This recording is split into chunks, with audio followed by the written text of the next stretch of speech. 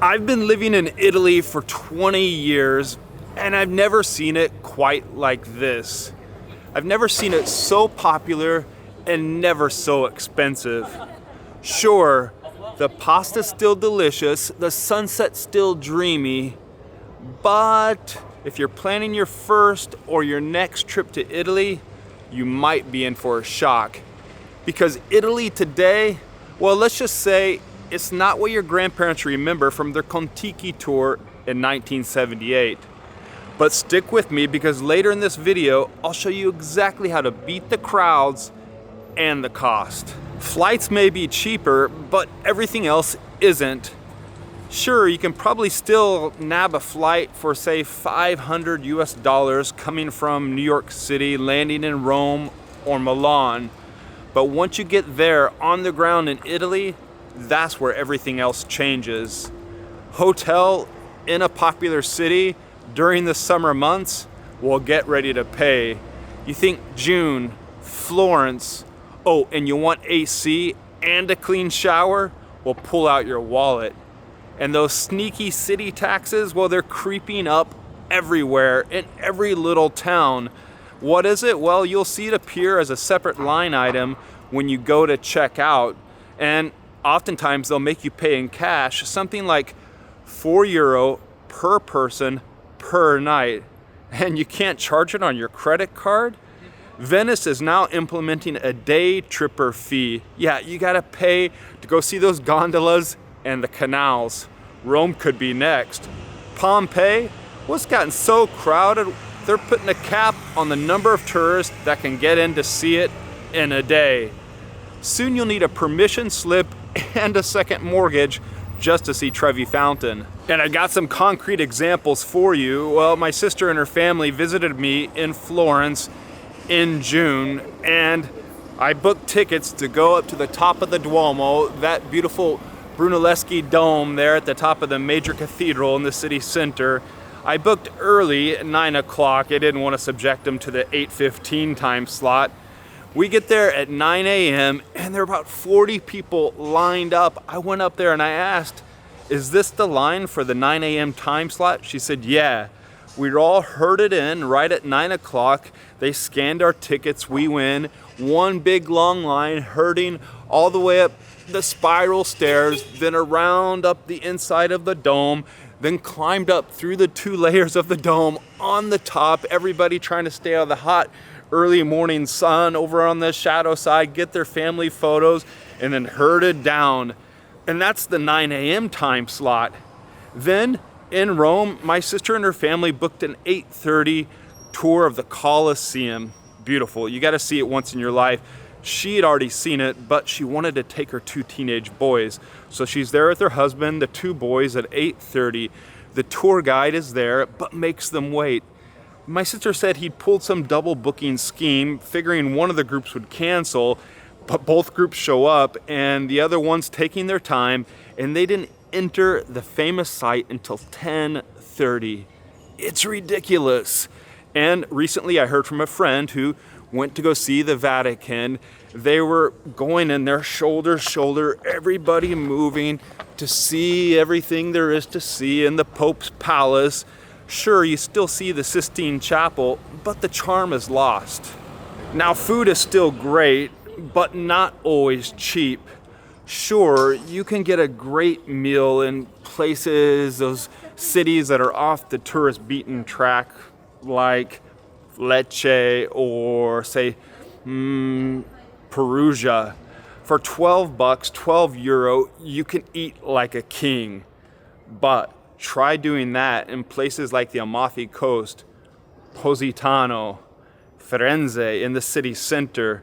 Soon, your spritz is costing €35 and €20 for a plate of pasta you could have made yourself blindfolded.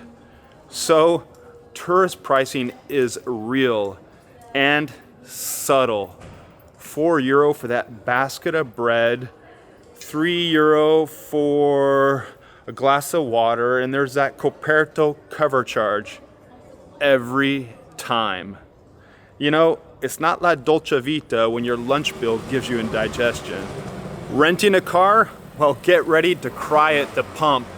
Gas prices hover around 185 all the way up to €2 a liter.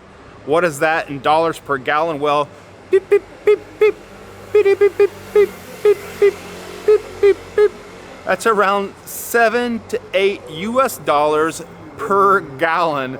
Every time you go to pump some gas in your Euro, Renault, or Peugeot, or Fiat there at the gas station. And tolls, well, buckle up, get ready for this. On the Italian autostrada, those are the toll roads, you're gonna pay.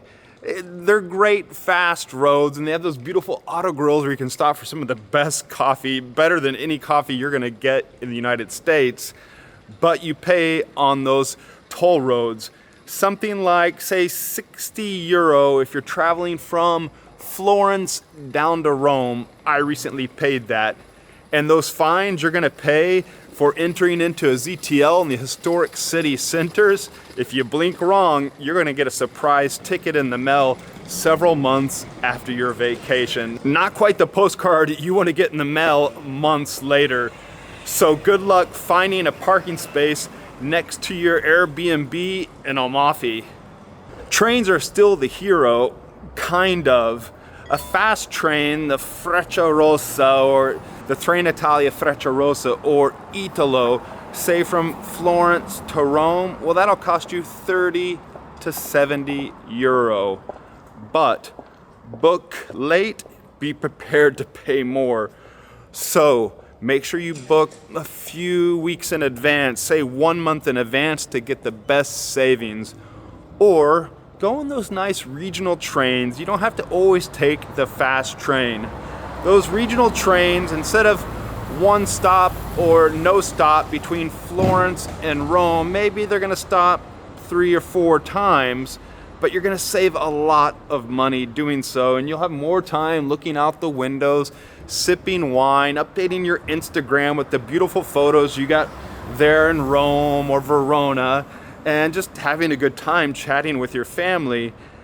So either try to save time or save money.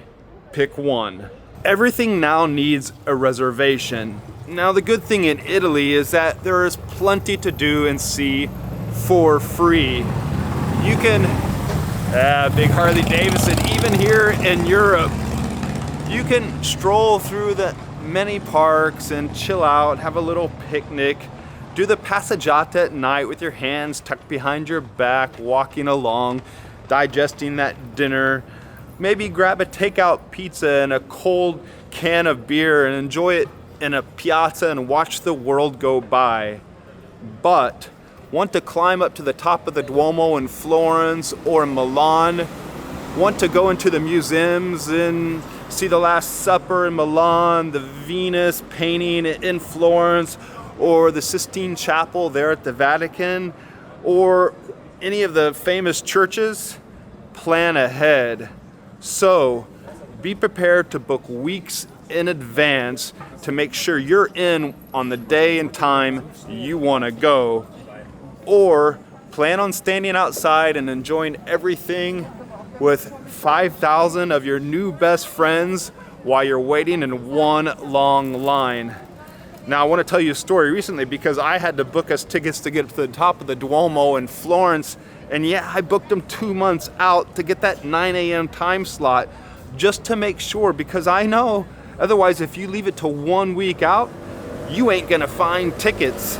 Same for the Colosseum in Rome. Oh, but hey, for the Colosseum in Rome, my sister was booking her tickets. You can only book those starting at 1 month out. So you need to set yourself a reminder, because at 1 month out, you want to start hitting the refresh button on your PC browser so you can buy the tickets and the time slot you want to go, because if you wait till 3 weeks out, you may not get tickets. Tourism is up, capacity isn't, and that's a problem. And then there's the heat. Let's talk summertime.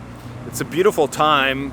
People in those big wide-brimmed hats, women in the long, beautiful dresses, sitting outside of cafes, sipping a spritz.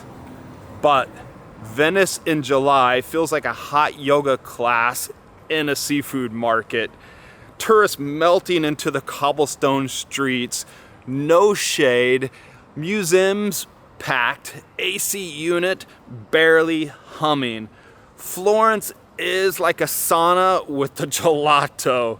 So do not come from mid-June, July, August, and maybe even the first couple weeks of September. You're gonna boil. I recommend strongly against it. Now I know, I hear from all of you down in the comments. I go through all the comments, I read them all. My kids are only off in the summertime, or I only have those free weeks in the months of July and June. I get it. I've been there before. If you have to visit in those months, here's my advice. Now, you're gonna have to even tweak your time schedule to even a different time zone. You're not on Italy time zone anymore. You're a few time zones further to the east, because what I want you to do is be out the door every morning, already sightseeing at 7 a.m. So you're gonna sightsee from 7 a.m. to 11 a.m. Then basta. Basta, well, that's a new word for you if you haven't learned it already. That means enough, stop. Because at that point, it's gonna get too hot. You're gonna wanna try to push yourself to see more. Hey, I'm only here for 2 or 3 days. I gotta ram jam everything in. But it gets to be ridiculously, terribly hot. I was just in Florence recently before traveling, and it was so stinky hot. My apartment, if you've seen the apartment tour, it doesn't have AC. In the daytime, it's up to 38, 39 degrees. What is that in Fahrenheit? I'll drop it on the screen. At night, I had to wake up at 4:30 a.m. to get to the airport to get my flight. At 4:30 a.m., it was still around 25 degrees, stinky hot. So plan ahead, plan accordingly to get the best out of your Italian trip.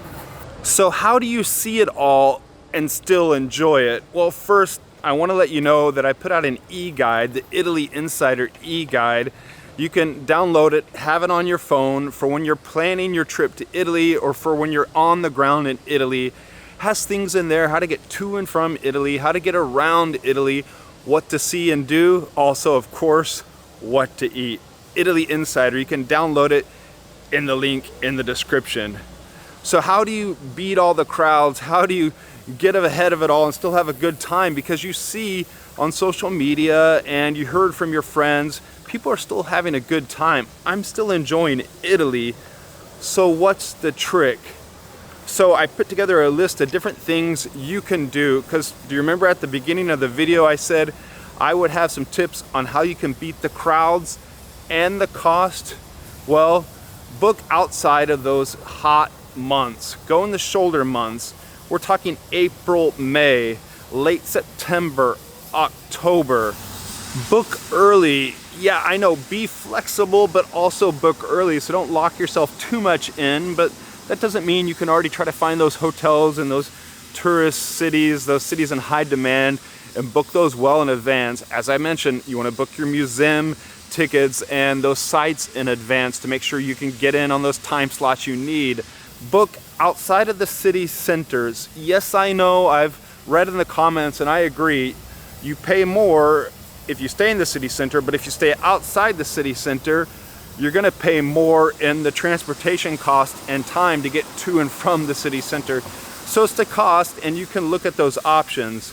The other thing is you could book in secondary cities. Go see places that are not on the beaten track. I'm talking about Lecce or places like this down in Puglia. I'm staying in Masseria out in the countryside. Go see Perugia in Umbria. The southern part of Tuscany is almost off the beaten path, south of Siena. Murano up there just at the foothills of the Dolomites, or up in the northwest of Italy, Torino and the Val di Susa and that whole area. And don't try to cram it all in one day, because you're going to be rushing around trying to see everything, just working yourself mad. Give yourself time to explore. Rome wasn't built in a day, and you shouldn't try to see it that way either. do me a favor, if you're liking all the content on the channel and this video, you're getting some great information out of it, please give it a thumbs up, a like down below. Also, if you haven't yet done so already, I encourage you right over there, hit the old subscribe button. That helps you, making sure you're not gonna miss out on any of my upcoming videos, and it helps me, helps us grow the channel and get these videos out to a lot of other food and travel lovers like ourselves. Thank you. Grazie. Earlier we talked about how Italy is getting more expensive and more crowded by the year. But what if I told you there's an itinerary that will help you avoid the chaos and show you that Italy you came for? So check out this video next, where I walk you through the slower, smarter itinerary that shows you what to see, what to do, and what to avoid, to help you build that Italy trip that's more affordable, more enjoyable, and more you. Check out the video next.